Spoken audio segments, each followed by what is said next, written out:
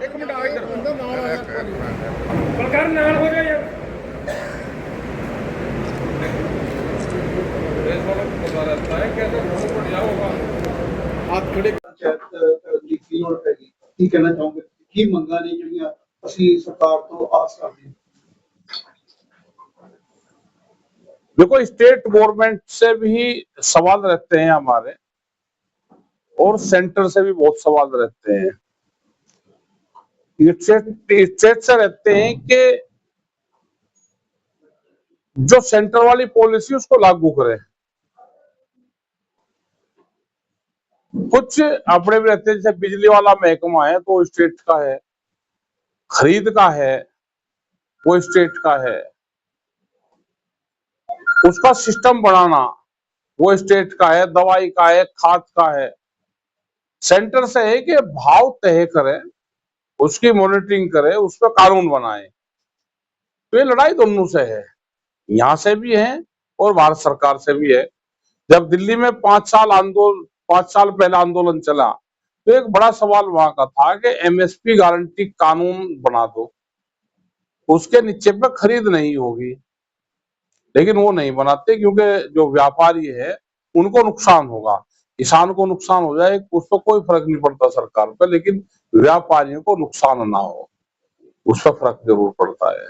तो वही लड़ाई आज भी जारी है हमारी। सब्सिडी नहीं मिलती, फसलों का नुकसान होगा तो सब्सिडी नहीं मिलेगी, उसका बड़ा क्षेत्रफल है, नुकसान हुआ यहाँ पे और उसकी नपाई होगी वहां तक। तो जब भी तो किसी को 50 रुपए, किसी को 20 रुपए, किसी को 200 रुपए मिलते हैं। खेत को इकाई मानना जाए, अगर नुकसान हुआ है तो जिस खेत का नुकसान हुआ है उसी को इकाई मानना जाए। ये हमारे बड़े सवाल यहाँ पे है। किसान अपनी मंगां ਲੈਣ ਲਈ ਜਾਂਦਾ ਪਹਿਲਾਂ ਦੱਸ ਦਿੰਦਾ ਵੀ ਮੈਂ ਜਾਣਾ, ਉਸ ਨੂੰ ਨਜ਼ਰਬੰਦ ਕੀਤਾ ਜਾਂਦਾ, ਪਰਚੇ ਕੀਤੇ ਜਾਂਦੇ ਆ, ਹੱਥਾਪਾਈ ਦੇ ਵਿੱਚ ਉਹਨਾਂ ਦੀਆਂ ਪੱਗਾਂ ਵੀ ਲੈ बिल्कुल है, तो संघर्ष है, लड़ाई में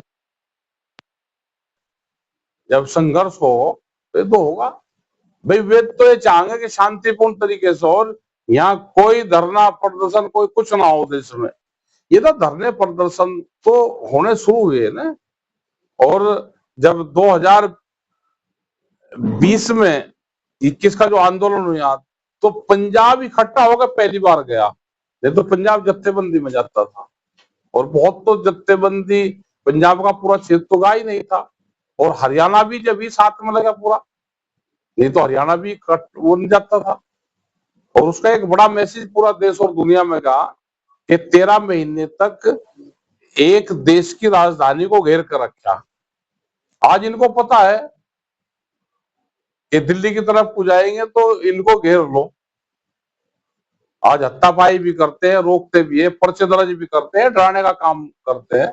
क्योंकि जब देश आजाद हुआ तो 290 वर्ष तो संघर्ष में बीते, 200 साल लगे उसको आजाद होने में, लेकिन 90 साल तो संघर्ष चला, 90 वर्ष तक ये तो चलेगा संघर्ष। जमीनें रहेंगी तो संघर्ष होगा।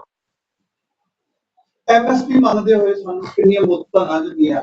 ਸਰਕਾਰ ਅਸੀਂ ਸੋਚਿਆ ਵੀ ਬਦਲਾ ਲਿਆਵਾਂਗੇ ਸ਼ਾਇਦ ਸਾਨੂੰ, ਪਰ ਇਸ ਸਰਕਾਰ ਨੇ ਵਾਅਦੇ ਕਰਦੇ ਸੀ ਚੁਟਕੀਆਂ ਮਾਰ ਮਾਰ ਕੇ ਦਿਆਂਗੇ, ਅਜੇ तक कुछ नहीं होया। कि इन तो आस रखांगे कभी ऐसा है ना, इसे सरकार को जो है इसे दिल्ली से भी जान बचानी है, इसके पीछे दिल्ली भी है, और किसानों से भी लड़ाई लड़ती है। इसको गारंटी कानून बनाएगा सेंटर, जो एमएसपी गारंटी कानून है उस पर सेंटर बनाएगा।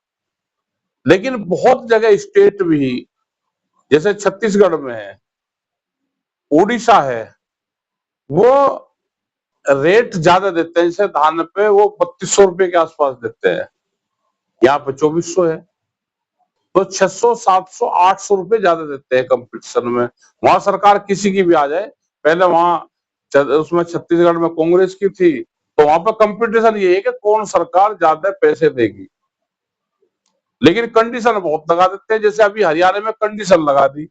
अब गेहूं थोड़ा तुल पा रहा वहां पे, भाई गेहूं हमारे घर पर आ गया, और ये सिस्टम रहता है पंजाब हरियाणा का तो कि सीधा खेत से मंडी जाते हैं हम, हम फसल को घर तक जाती नहीं हमारी फसल, लेकिन उन्होंने कंडीशन लगा दी कि जैसे ये बुजुर्ग है, इनके भी अगर पापा होंगे दादा तो उनके नाम जमीन होगी और ट्रैक्टर लेकर जाएगा इनका बेटा, तो आना पड़ेगा उनको।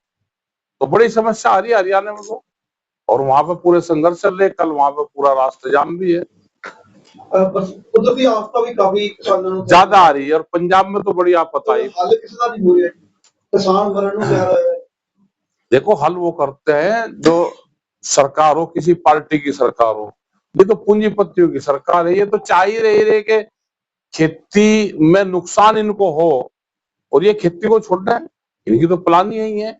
ये तो हमारी समझ में अभी आई कि ये जो सरकार है ये खेती किसानी काश्तकार के हक की नहीं है, ये तो अब समझ में आ गई कि खेती नुकसान का सौदा नहीं है, घाटा नहीं खेती में, लेकिन दिल्ली की कलम बेईमान है, ये पता चल गया अब हमको। अन्नदाता की करेगी?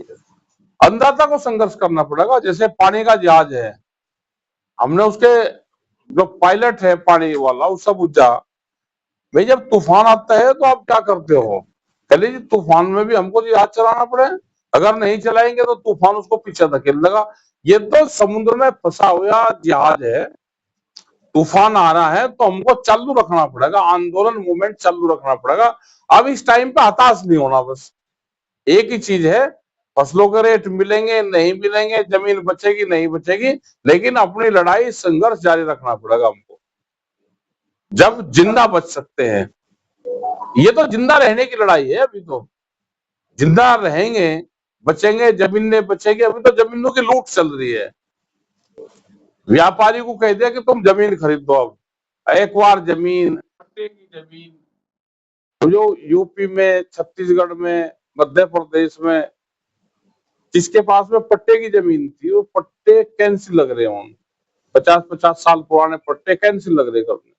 भाई पट्टा 99 साल का हुआ, पट्टा एक बार हो गया, जिसका 12 साल पे कब्जा होगा उसी को अलॉट हो जाती है, लेकिन वो चिन्हित कर करके उनकी जमीन छीनने लग रही है। ये पूरे देश में प्रॉब्लम हो रही है।